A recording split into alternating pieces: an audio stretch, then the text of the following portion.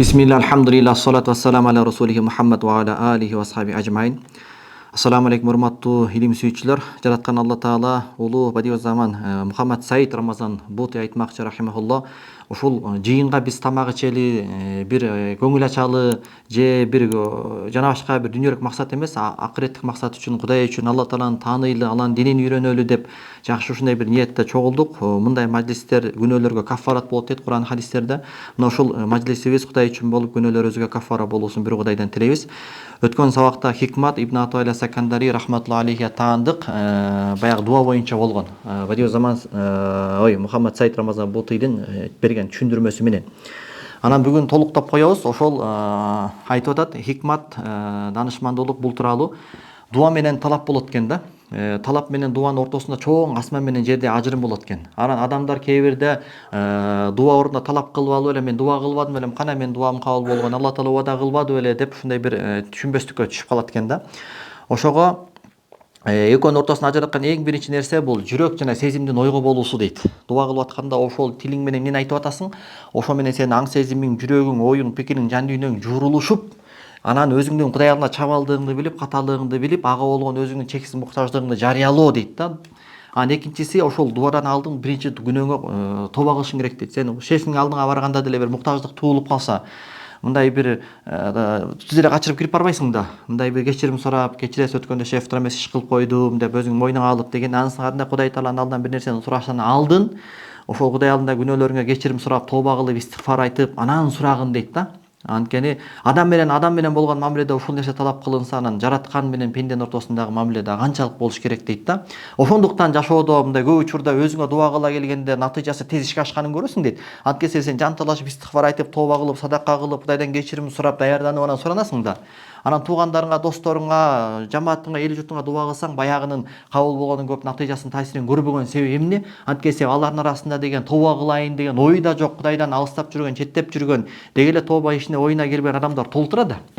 Анан ошого сен аларга кылган дуаң асманда илинип тура берет экен да. Тиги тоба кылсын, анан Кудай Таала мен кабыл кылам деп. Ошого сен бирөөгө дуа кылыштан алдын кел дуа кылып койчу деп.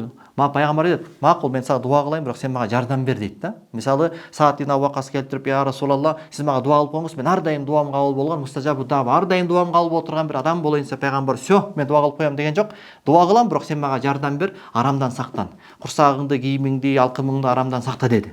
Бирөө келип, "Я Расулалла, мага дуа кылыңыз, мен сиз менен бейиште кошуна болоюн" дегенде, пайгамбар, "Всё, мен сага дуа кылып коем" дебестен, "Макул, мен сага дуа кылам, бирок сен мага жардам бер" деди. Көп сажда кылып, арамдан алыс болуп дегенде, ансарындай биз дагы ошол бир коомчулукту дуага чакыруудан алдын, мындай коомчулукка дуа кылуудан алдын, мисалы, досторуңа дуа кыла турган болсоң, же жамаатыңа дуа кыла турган болсоң, же элиңе дуа кыла турган болсоң, ошону сен тобага чакырышың керек экен да. Урматтуу достор, келгиле, Кудайдан корколу, истигфар айталы, тоба кылалы деп. Анан ошондо баягы дуанын экинчи шарты аткарылат экен да.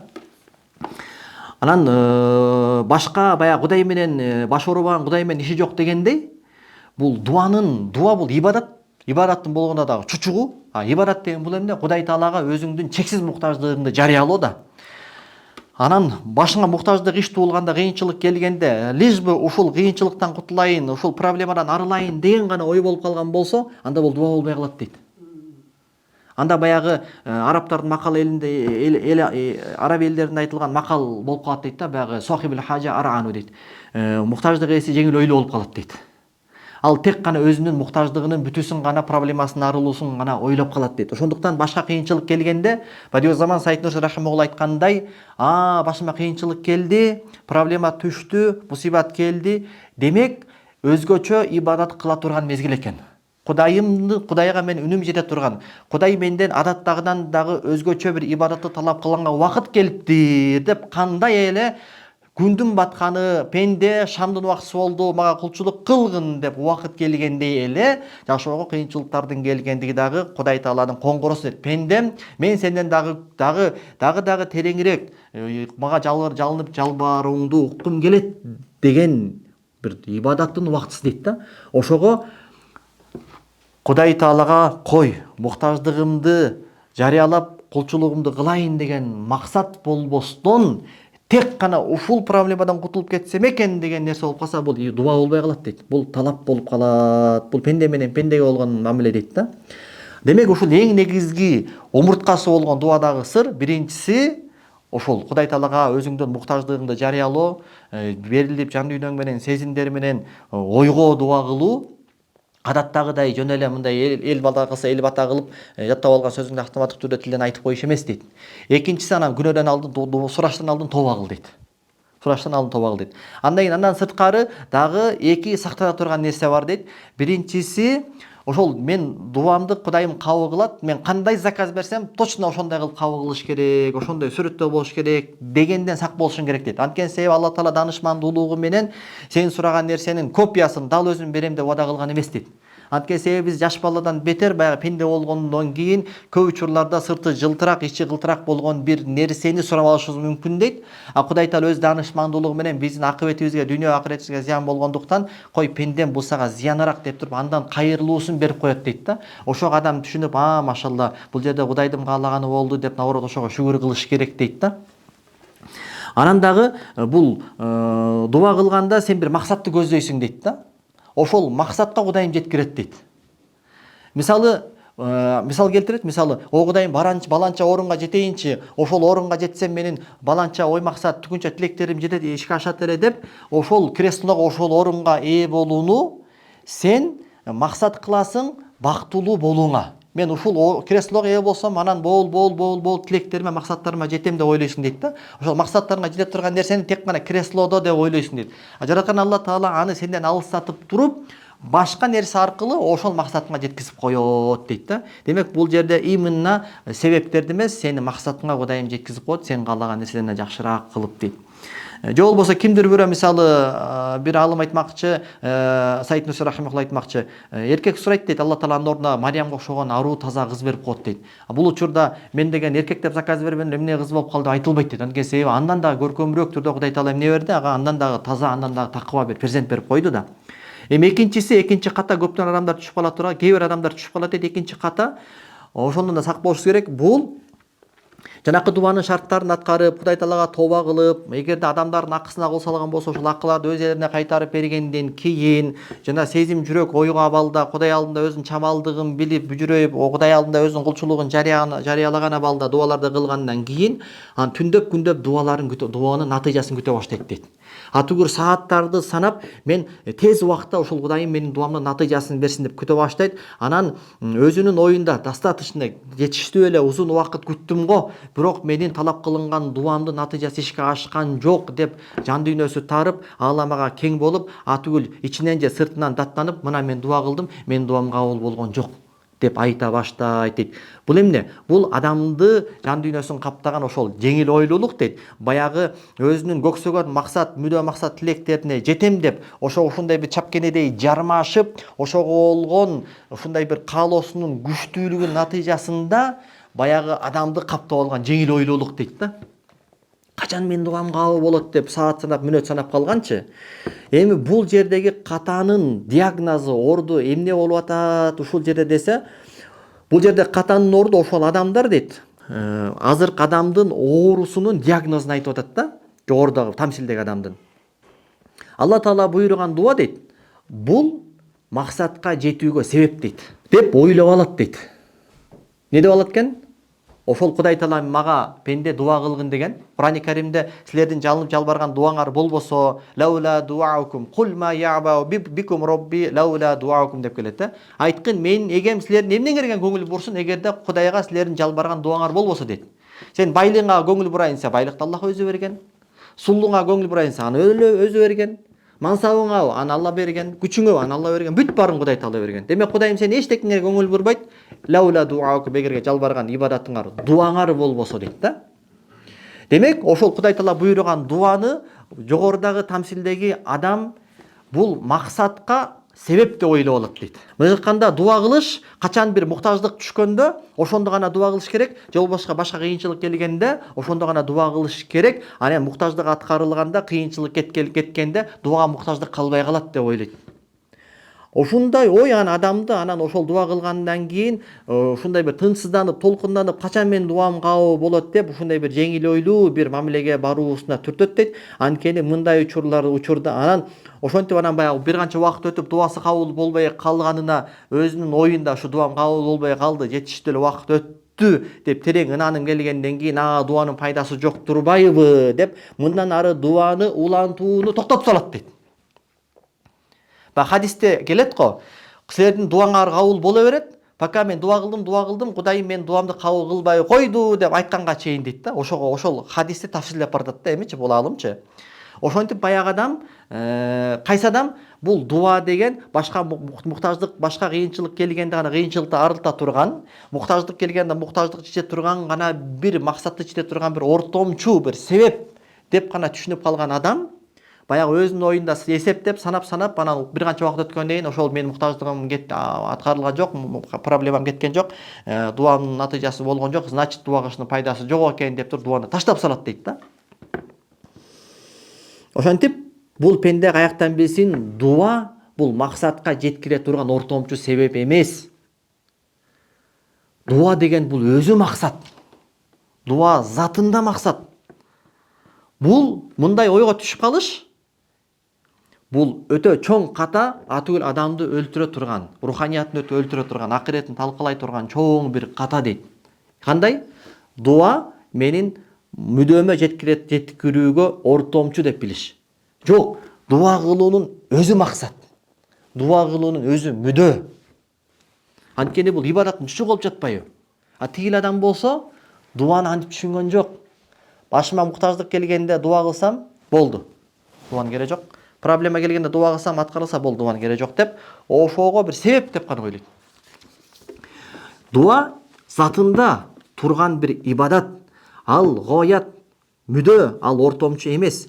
Инсан кул, Алла Тааланын мүлкү. Ал эми пенде болсо, кул болсо, ар көз ирмем сайын, ар түрлүү иштеринде кожоюнуна Аллахка болгон муктаждыгын жарыялап туруш керек, билдирип туруш керек.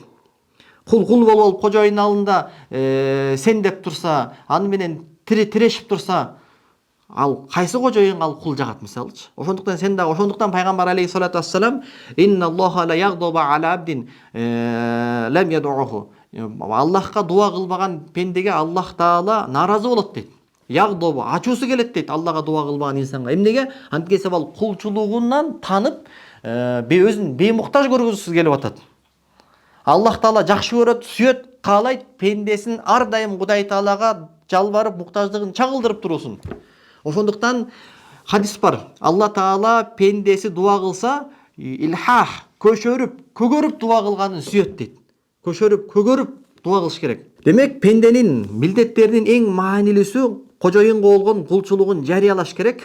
Бул кандай болот? Ар дайым ага болгон муктаждыгын билдирүүсү менен болот. Анын пенденин жашоосунун өзөгү, анын бактылуулугу Аллахтан келген камкордукка муктаж. Алла Таалам бизге болгон камкордугу болбосо, биз секундда талкаланып кетебиз.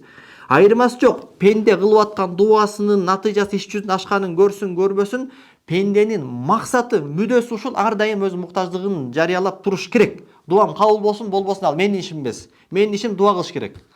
Кабыл болобу, болбойбу, Кудайдын иши. Мен ага киришпешим керек. Ошондуктан пенденин шааниси, пенденин натурасы, шааниси ушундай болуш керек. Ар дайым эгесинин эшигинин алдында сагалап, каккылап турган болуш керек. Мындай кулчулук бир гана кулчулукка дал келет, экинчиси жок болгон, ал пенденин Кудай Таалага болгон кулчулугу дейт. Эми ушул сөздү айтканымдан кийин аятты окуп туруп сага туура эмес түшүнүк келип калбасын дейт. Астайду билла ва кала раббукум удуни астажиб лакум. Жараткан Алла Таала Кур'ан-ы Каримде Гафир сүрөсүнүн 60-аятта силердин эгеңер айтты мага дуа кылгыла, мен силерге жооп беремин деп жатпайбы деген аятты угуп туруп, сага туура эмес момундай карама каршы ой келип калбасын. Ал кандай? Мына менин түшүнүгүмдө, менин кыялымда Кудай Таала дуа кылгыла, мен силердин дуаңарды кабыл кылам деп атат. Демек, дуа кылыш орусча айтканда стоит. Дуа кылса акталат. Мындай, айтат го. Бу ишти кылсам акыбет акталабы? Кылганга стоитпи дейбиз го. Ансырындай дуа кылыш стоит. Дуа кылсам акталат, акыбетти кайтат, эгер Алла Таала кабыл кылса. Эгер Аллах кабыл кылбаса, анда дуа кылыш не стоит. Анда акталбайт, дуа кылбай эле кой деген туура эмес, өлтүрө турган ой тескери келип калбасын дейт. Мындай эмес дейт. Аяттан ушундай бир сырткы мааниси ушундай болуп калышы мүмкүн дейт.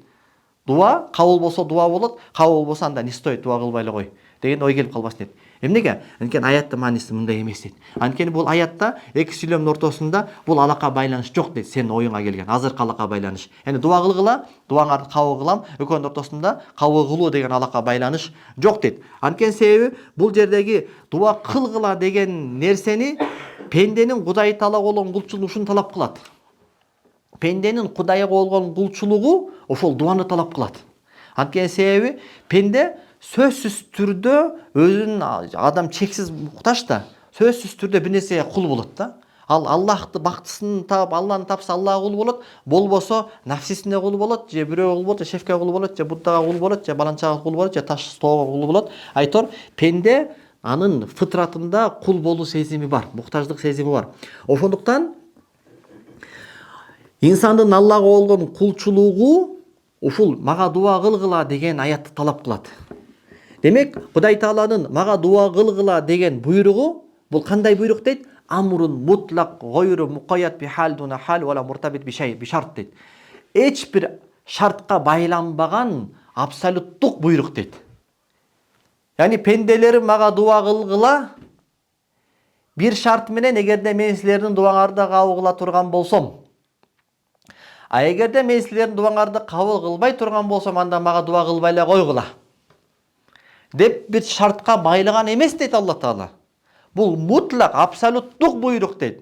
Пендем кабыл кыламбы, кылбаймынбы, же сен сураган нерсени беремби, же андан жакшысын беремби, же андан жаманын береминби, же азыр беремби, же кийин беремби, же 10 жылдан кийин беремби, аны менен сенин ишиң жок. Сен кулсуң. Сен мага дуа кылгын деген абсолюттук буйрук бир шарт менен байланган эмес дейт.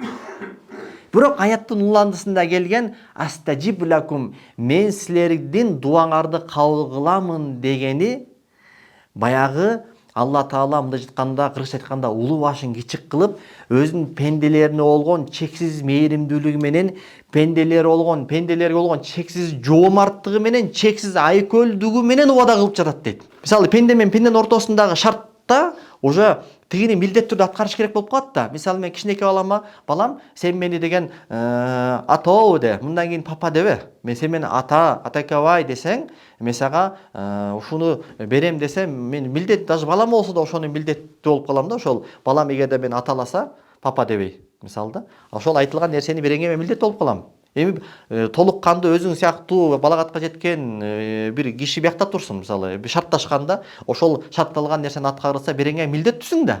Ансаны Кудай Таала бул жерде пенде менен пенденин алакасы эмес, бул жерде пенде менен Алла Тааланын алакасы. А буга чейин да айтканбыз, Аллах Таала пенделерге бир нерсени берсе, Алла Таалага берүүгө милдеттүү болгондуктан бербейт бизге. Бизге мээримдүү болгондуктан, бизге чексиз ырайымдуу болгондуктан өзүнүн айкөлдүгү менен берет. Мисалы, буга чейин да айтканбыз, бизге бере турган бейиши иншалла. Ошол биз орозо намазды окуп койгон үчүн, намазды окуп, орозону тутуп, зекетти берип, ажылга барып койгон үчүн Кудай Таала милдеттүү түрдө бербейт. Анткени ошол орозого мүмкүнчүлүктү берген ким? Аллах. Орозодо тамакты берген Аллах. Намазга мүмкүнчүлүк берген Алла, ден соолук берген Алла, жашоону берген Алла, денедеги ар бир клетка жашоо мүчөнү бүт баарын камсыздап берген Алла Таала да. Демек, Алла Таала өз мүлкүндөгү нерсени гана биз болгону оюбуз менен гана, ниетибиз менен максат кылып коебуз. Кур'ан-ы Каримде пенде кесип кылат дейт. Кесип деген нерсе Кудай Таала бизге тандоо ыктыярын берген, ошол тандап гана коебуз. Жүрөктөн чечим чыгарып, о Кудай, ошо орозо кырмайынчы деп ниет кылып коебуз. Ал эми ал жерде процессти, иш аракетти Кудайым өзү жаратат. Айтты, ошол тамакты Кудайым өзү жаратат. Тамак ашказанга киргенден андагы сиңүү процессин Кудайым өзү жаратат да, мисалчы. Ошондуктан ал жерде бейиш, ошол тиги пенделердин кылган амалдары бейишке берилген баа эмес, нарк эмес. Ал жөн эле Кудай Таала улуу башын кичик кылып, мээрим менен ошондой берип коет бейишти. Болбосо Кудай Таалага барып алып, давай бейишиңди алып кел, мен сен ислам 5 парызын аткарып койдум, иман 6 рукун аткарып койдум дегендей эмес. Ал өзүнчө кенен айтылган. Ансарне бул жерде Кудай Таала дуаны кабыл кылып коюшту, өзүнүн айкөлдүгү менен убада кылып койду. Демек, бул жерде мага дуа кылгыла деген абсолюттук буйрук болду. Пенденин жан дүйнөсү, натурасы, туруш турпаты ошону талап кылат. Пенде өзү муктаж ага. мен силерге жооп берем, дуаңарды аткарам дегени Кудай Таала аны сен шарт өзүнүн айкөлдүгү менен кабыл кылып жатат. Демек, бул жерде биздин дуа кылганыбыз ошол Кудай Таала бизге товар берет да. Биз товарга заказ беребиз да, мындай айткандачы. О Кудай, мага бала берчи депчи, мисалычы. Анан Кудай Таала бизге бала берет да. Заказ бердик. Мындай бала келди да, мындай товар келди деп коелу да, мисалы. Эми ошол товарга берилген нарк биздин дуабыз эмес. Бул деген мисалы товардын акчасын берсең, ал товар милдеттүү түрдө келет да. Андай эмес да. Алла Таала өзүнүн айкөлдүгү менен убада кылып жатат. Демек, бул аяттагы эки байланыш бири-биринен үзүлгөн дейт. Пенде дуа кылганда бул менин милдетим, Кудай алдында акысын үмүт кылганга менин акысын талап кылганга менин үмүт акым жок деп туруп, натыйжага кийлишпестен туруп дуа кылыш керек. Ошондуктан пайгамбар алейхиссалату вассалам ад-дуа хувал ибада, дуа кылыш бул ибадат дейт. Ал эми дуаны кабыл кылуу Кудай Таала тараптан болгон айкөлдүк жана мээримдүүлүк, берешендик, жомарттык дейт. Эми ушул хикматты жыйынтыктап айта турган болсок, натыйжада ушул хикматтын негизинде мусулман кармана турган исламдагы жүрүм турум, этика, эстетика, тасаввуф, тарикат кандай болуш керек дуа жаатында десе, пенде Аллах Таалага муктаждык колун ар бир акыбалда жайыш керек. Өзүнүн Кудай алдындагы төмөндүгүн, Кудай алдында чабалдыгын, Кудайга болгон чексиз муктаждыгын Кудай Таалага жарыялаш керек. Алла Таала бере турган натыйжага кийилишпестен туруп, береби бербей ага башын салбай туруп. Бирок ошол эле убакытта Алла Тааланын берешендүүлүгүнө, Алла Тааланын жоомарттыгына ишениш керек. Ушул акыйда, ушул жан дүйнө, ушундай ниет менен. О Кудайым, мен дуа кылдым эле. Ошол дуамды качан кабыл кыласың? Дуамды кабыл кылам дебедиң беле? Деген акыйдада эмес, ошондой ниетте эмес. О Кудайым, сен берешенсиң, айкөлсүң, кечиримдүүсүң, жоомартсың. Мен ылайыктуу болбосом дагы, ката күнөөкөр болгон акмак пенде болсом дагы, мага ылайыктуу мамиле кылбастан өзүңдүн айкөлдүүңө ылайыктуу мага мамиле кылчы. Мен чабалдыгыма ылайыктуу мамиле кылбастан өзүңдүн берешендүүлүгүңө, мээримдүүлүгүңө, кечиримдүүлүгүңө ылайыктуу мага мамиле кылчы деп ушул өңүттөн биз үмүт кылышыбыз керек, ишенишибиз керек дейт. Анан дагы дуанын кабыл болуусунун кечигүүсүндөгү даанышмандуулук эмне? Бул жерде даанышмандуулук ушул акыйкатты түшүнүш үчүн пенде тарбияланат дейт. А болбосо элестет дейт, дуа кылган сайын эле дароо эле артынан натыйжасы көрүнө берсе дейт. Анда пенде бул автоматтык түрдө ишке аша турган нерсе турбайбы деп калат дейт да. Ошондуктан пенде качан ушул акыйкатты түшүнгөндөн кийин анан анын хадисте айтылгандай бул дуа ибадаттын чучугу дегендей ибадаттан ажырагыс бир ибадатка айланат дагы. Атул хадисте айтылгандай ибадаттын луббуху, мээси, чучугу, маңызы, руху деген нерсе бул адамда анан ишке ашат дейт. Ошондуктан пайгамбар алейхиссалату вассалам интизорул фарож ибада, ошол дуа кылгандан кийин анан тигил адамдын кылганы күнөө болуп калды. Дуа кылгандан кийин эми ошону күтүүгө келгенде эки картинка пайда болду да. Бирөөсү күнөөкөр картинка, атүгүл жаман натыйжа алып бара турган картинка, экинчиси наоборот ибадат боло турган картинка пайда болуп калды да. Бирөөсү дуа кылат дагы, дуасын сааттап, мүнөттөп тынымсыз күтөт. Качан кабыл болот? Мен дуа кылбадым беле деп. Анан дуасын кечиккенин көргөндө, аята, не стоит экен. Мен канча дуа кылдым, темсиреп ажылга чейин барып дуа кылдым мен. Көрө Кудай сактасын, ошол ажылыкка барганда Кудайга кулчулук кылып келейин эмес, бир проблеманы арылайын деп барат. Бул туура эмес ниет. Бир мүдөмө, бир дүйнөлүк бир максатыма жетип калайын деп барат. Жок. Кудайга кулчулук ниет болуш керек. Дуа ниет болуш керек. Ошондип жанагы адам анын дуасын таштап салат дейт. Бул пайгамбар хадисте айтылгандай, силердин дуаңар кабыл боло берет. Силер мен дуа кылдым, дуам кабыл болгон жок деп дуаны таштап салганга чейин дуа кабыл боло берет дейт. Экинчи түрдөгү адамдын дуасы, дуаны күтүүдөгү нерсеси мындай болуп атат да. Кудайга дуа кылат, бирок дуа кылгандан кийин жанагы шарттардын баарын аткарып, эми ал мындай тынчсызданып, мондай бир шашыла күтпөйт. Ал Кудай Тааланын берешендүүлүгүнө ишенет, даанышмандуулугуна ишенет. Кудай Таала сөзсүз дуаны кабыл кылат, бирок мен каалаган убакытта эмес, өзү каалаган убакытта. Мен каалаган сүрөттө эмес, өзү каалаган сүрөттө деп Алла Тааланын даанышмандуулугуна ишенип, бул адам мындай бир жайдары Кудай Таала болгон ишеним менен кандай болгон күндө дагы баягы Ибрахим алейхисалам айткандай, Мевла көрөлүм нейлер, нейлесе güzel эйлер. Жаратканымды карайлычы эмне кылар экен, не кылса дагы баарын көркөм кылар дейт. Азыр бала сурап атасың, Кудайым бербей атабы? Сен аракетин кыласың, бирок эмнеге мага бала бербей атат деп сен кыжаат болбойсуң да, Кудайым билгени бар. Демек бир жылдайын берсе ошол хайыр. Бербей койсо ошол хайыр деп Кудайдын даанышмандуулугуна, мээримдүүлүгүнө өзүн таштаганда пенденин руханиятында дагы жеңилдик пайда болот дагы. Ана хадисте айтылгандай, интизорул фараж ибада, но ошондой адам дуа кылгандан кийин эми жакшы үмүт менен ушу дуамдын натыйжасы качан болор экен, бирок Кудайга тапшырдым. Кудайым каалаган күндө эң сонун ошол болот дегенде анын күткөнү ибадатка айланат дейт. Ошентип Ибн Атайла Сакандари рахмат алейхи айткан хикмат эмне дейт? Алла Таала сенин дуаңды кабыл кылууну убада кылган, сен каалаган көрүнүштө эмес, өзү каалаган көрүнүштө, сен каалаган убакытта эмес, өзү каалаган убакытта дейт. Кээ бир учурда биз ошого даяр эмес болушубуз мүмкүн. Чийки болушубуз мүмкүн да. Убакыт өткөндөн акыл киргенден кийин Кудай сактап туруп, ошол убакта ошол кызматка келип калганымда чийки болчу экенмин, өзүм дагы кыйрап, элдин баарын кыйратмак экенмин. О Кудай шүгүр деп калышыбыз дагы толук ыктымал да. Субханакаллаху бихамдик, ашхаду ан ла илаха илля анта астагфирука ва атубу илейк. Алла разы болсун.